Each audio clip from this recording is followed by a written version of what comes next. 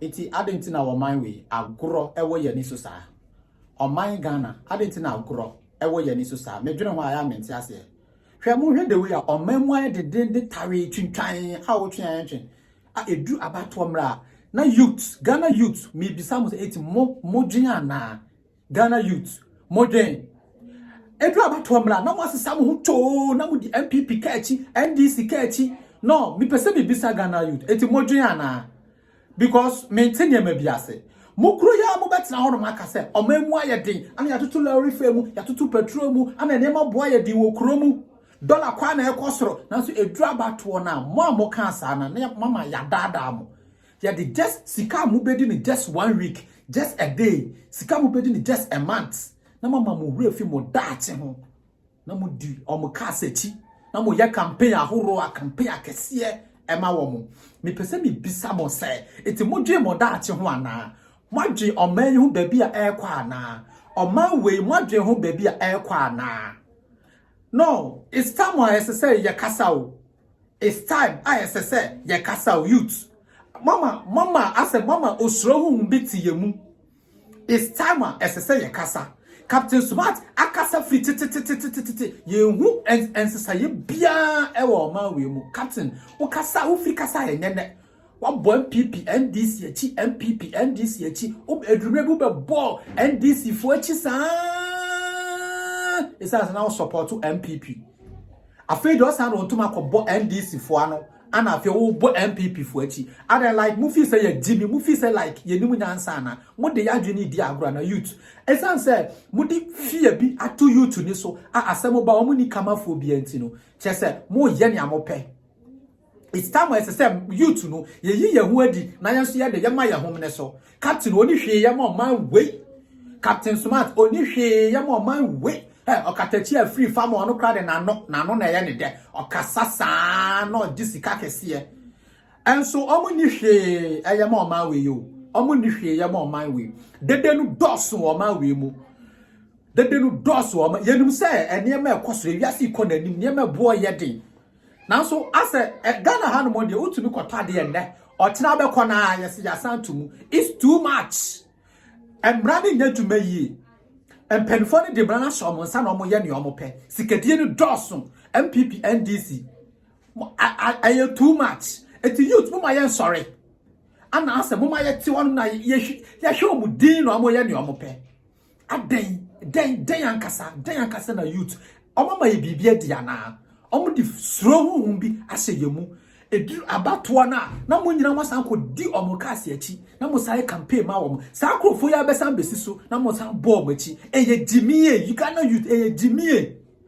mo hwe ya kwan mo hwe ye rose ya kwan no se ya na esei se light out no adorson ya fa no nto nchan education system ankasa wo ma wem enyaduma free education na waka ho asem aka no free education ni free mumponiye to say sika ND student ni tua no ne boarding e che tamu pa na nye free no hospitals akese a o masisi na aka nwura mu to say ECD muni mu say youth ECD ebi Ghana for nsam biem to say China for na take over ECD akodi China for nsam muni ma America kire mo de mo ntra na mo nye campaign ni ma o mo saa me say ECD no akodi China for nsam ECD no akodi China for nsam muni ma na me ka kire mo he say Ghana Electricity Company eni yensam biem enye ni take over biem China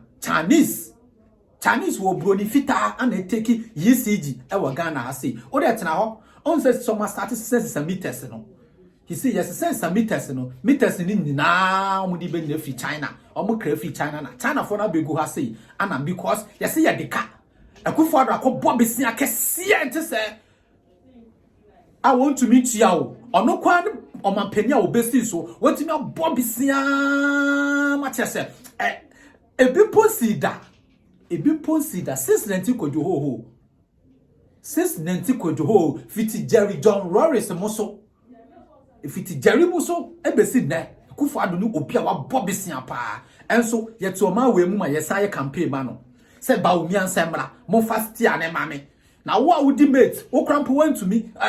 O drive a cramp went to me. Now we mate in your first year and somehow. When you to the mountain now?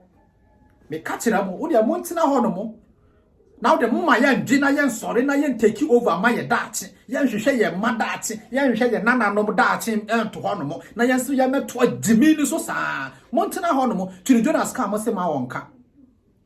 Chini Jonas ka mo se ma wonka. Ana yeti hanomo na NPP NDC MPP. You see Ghana ha no challenges na koye mienu. MPP NDC. Kotokwane house. Shatta Wale ni StoneBwoy. Na dimi.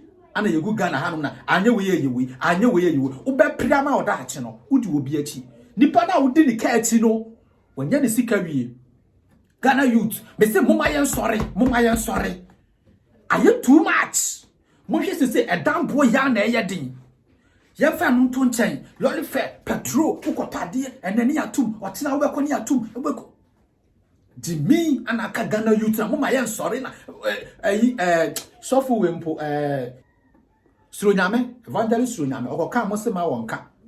Ghana youth, anti Metia says a do election there. Now we must answer home. Mushe your rose. Ya quine in an answer, you know. Ya quine in an answer, you know. Says, O Passase, Crampa. Instead of say, you be talk on our 2 years, not like one who said, a quine way quahan, and also be a Thomas Assen and your pay. And banning Nejuma or Mawi, education system, no, bassa.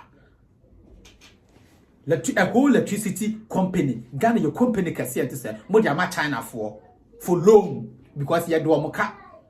Aden it paid for one casano, Dayan Casania, Mubedi, Modrim Modachi Wana. Modrim Modachi. Ghana youth, Mumayan sorry, Yan Chima almost MPP NDC, Sammy Subiemo. Hey, Kawobesi, Messi Yan Chima almost MPP NDC, and Sammy Subiemo. Yan Chima wom. Muniman and may catch them. Me say, yan chima MPP, yan chima NDC, someone sabesi subi. We are tired. We are tired of those people. We are tired of them. Captain Smart wakasasa, Captain Smart akasa fitete. Me who and such a bia Captain Smart. Ediba, ufri station we now go with ufri now go. Me powasem pa. Now so kasa no dawson. Action ben now take it. A drum maybe that was last year, the last 3 years. Who catch us over my youth? Na sorry, yen sia. Then out to me, then a country called Ghana, ya okoye, then and fasoben a basso. I say country called Ghana, and fix the country, ya okoye, then fasoben a basso. And so the person a daji be di wechi, but be a yokoye na ye di wechi sa up to now ye mushe. As what I say, drew nipem, Yaube cano, a drew nipem. Aden, Ghana youth, Aden. Into Mama di MPP NDC. Mama Yama woman fry nisa. Kotokwane has Yama woman fry nisa. Shatta Wale ni StoneBwoy. Are you to say understand how you challenges and you way. And I did tribes. And I hear to Abanama and I made you way me a Santinino, media money and koye crab say koye mammy. Near the Toma, a job at us, and near Tom Toma Pofferby, near the Dada Mammy, near what Twaman, near Tomo bag, near the Bremo. You be able to miss that be Jumu Quine. You said a Juquina near the Abuana Beguso. Yes, ye be you cool tano. Ye Tobani and one. A would be Guhosa. Ah, Mamma Mancrophobia Jimmy Achadodo. Oh, my Jimmy Achadodo. It's time for us to wake up. We have to do something.